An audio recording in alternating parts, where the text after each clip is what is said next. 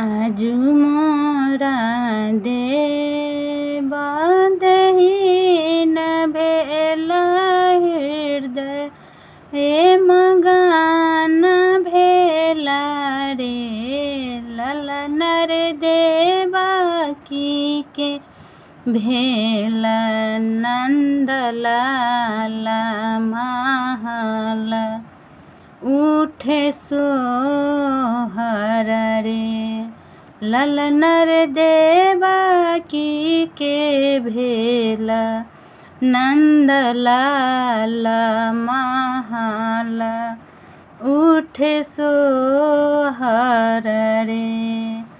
काने चूड़ी नारे छिलब काने सेज सुतबयो किनका घर नंद लाल जनमल गोकुल सोहर लुटैतयो।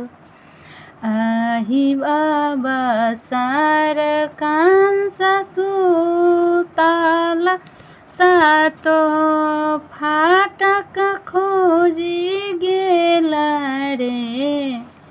ललन रे नंद मगन भेल हरखित की सब दुख भागल रे।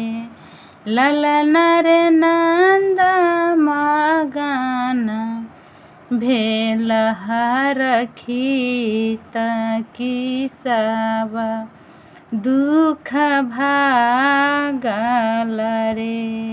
सोने चूड़ी नारे छिलब बाटे सेज सुतबयो देवकी घर नंद लाल जनमल गोकुल सोहर लुटैतयो।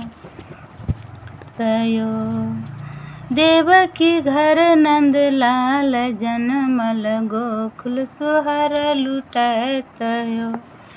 जो ही हो सोहर गाओ लगावी का सुनाओ रे। ललन रे तीन काके बहन आही बात की पुत्र फल पाओल रे।